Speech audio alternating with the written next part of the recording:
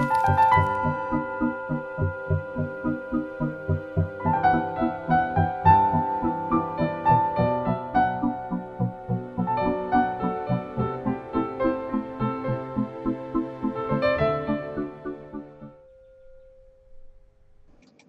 concept of emptiness, as used in Buddhism, is totally confusing to most people. And to make it worse, the word, even among Buddhists, means many different things depending on where and how it's used. So the best that I can do here is to start with maybe the most commonly understood meaning and then work downward from there. And to make it easy, I will spare us the Sanskrit highly technical jargon and just say it as simply as I can, although perhaps some of the finer innuendo may suffer. But it will be close enough, and as the poet William Blake wrote, quote, "Nothing of equal value was lost."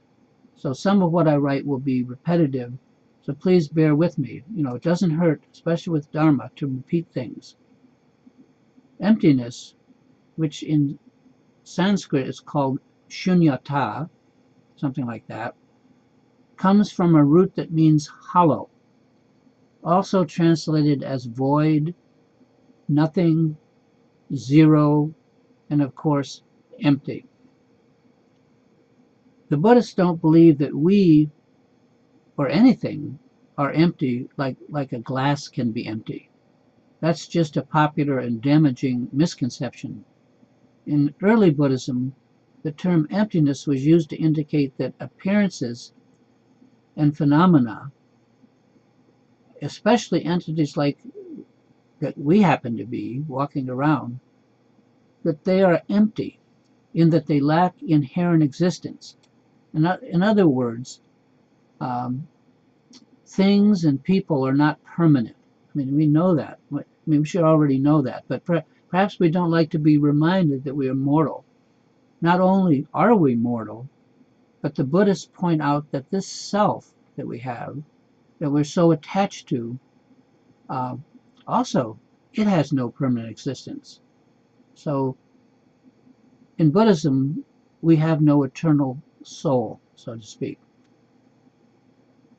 Now, the value of the concept of emptiness, in my opinion, is that when we start to reify, to make more real than is true, when we start to reify ourselves, imagining that we are more permanent and thus more real than we actually are, when we start, so to speak, putting on airs, it can't help for us to be reminded that we're not permanent. In fact, we won't live forever. And I particularly like the emptiness connotation as being hollow, especially when I get too serious. Hollow might be a synonym for being full of hot air.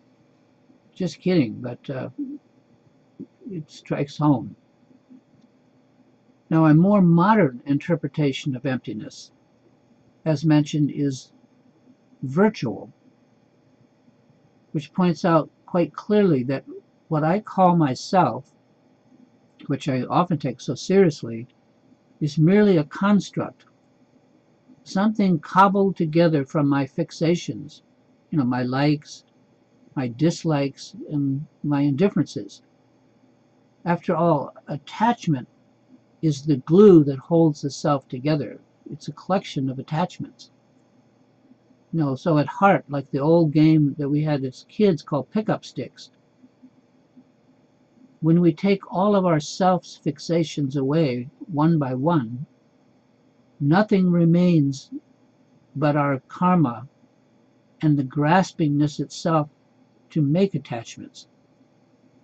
So the self is empty. It's hollow of permanent existence. So personally, with our persona, persons, we are the hollow men and the hollow women, empty of anything permanent other than our need, this desire to be reborn. Now, another image that I like is that since the self is basically our own creation, and it walks and talks, it's like the dummy is to the ventriloquist.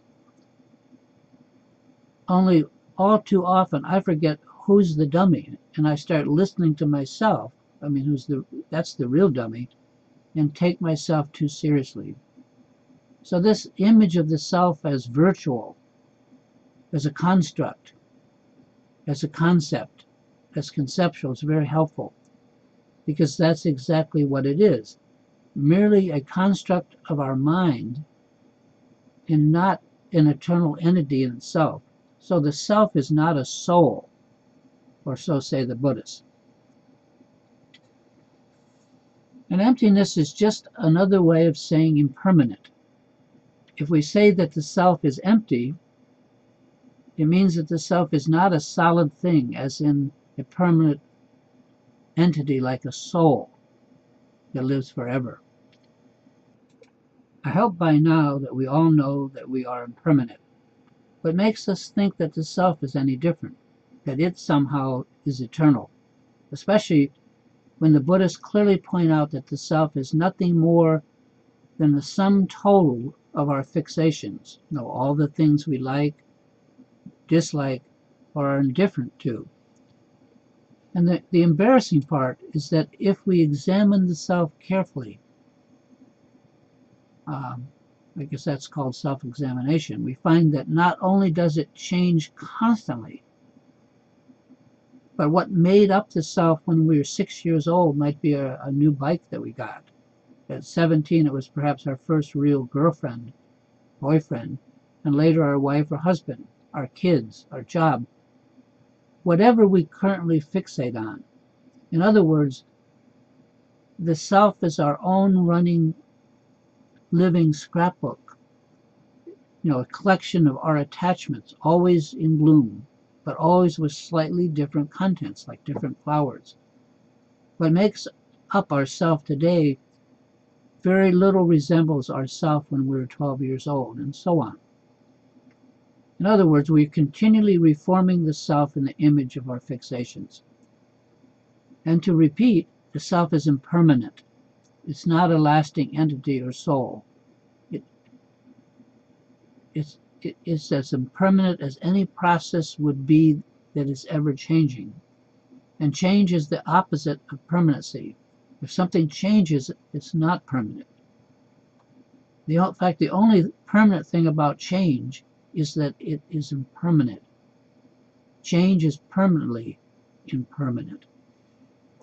Anyway, so life goes on just as we know it.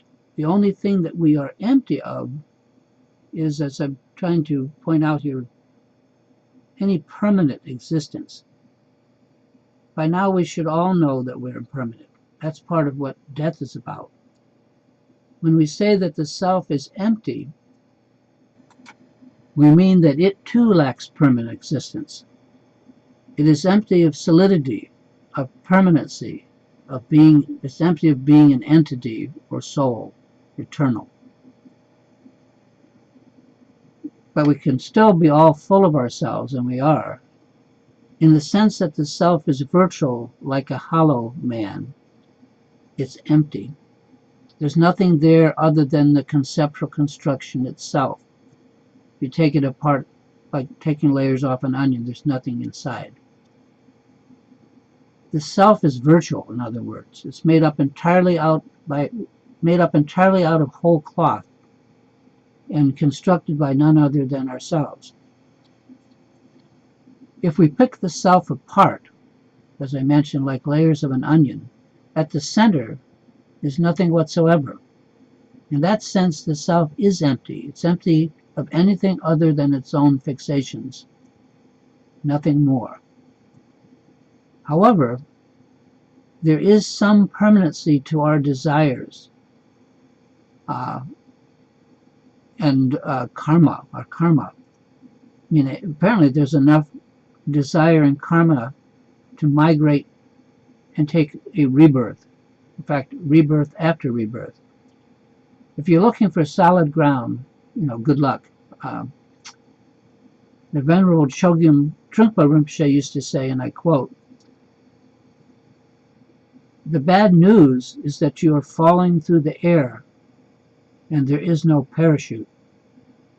The good news is that there also is no ground. The brilliant Dharma teacher, Daniel P. Brown, Harvard psychologist,